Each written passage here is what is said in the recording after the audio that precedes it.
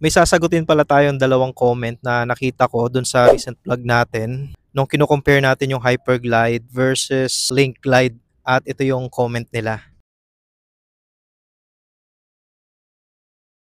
Tama naman yung dalawang nag-comment dun sa recent video natin. Kung pinag-uusapan natin is compatibility ng FreeHub body. Sa video kasi pinag-uusapan natin at kino-compare natin yung dalawang technology ni Shimano, which is yung Hyperglide tsaka yung Link Glide. Tandaan natin na si Hyperglide tsaka si Link Glide is technology yan ni Shimano sa drivetrain nila. Ito, magsiset ako ng example para mas madali nyong maintindihan. Ito yung cogset ng Shimano Q's U8000. Yung FreeHub compatibility nito is HG, pero yung technology nitong cogset is Link Glide. So yun guys, sana naging malinaw sa inyo yung focus natin dun sa recent video natin. At kung may katanungan kayo, huwag kayo mahiya mag-comment lang dyan sa comment section natin.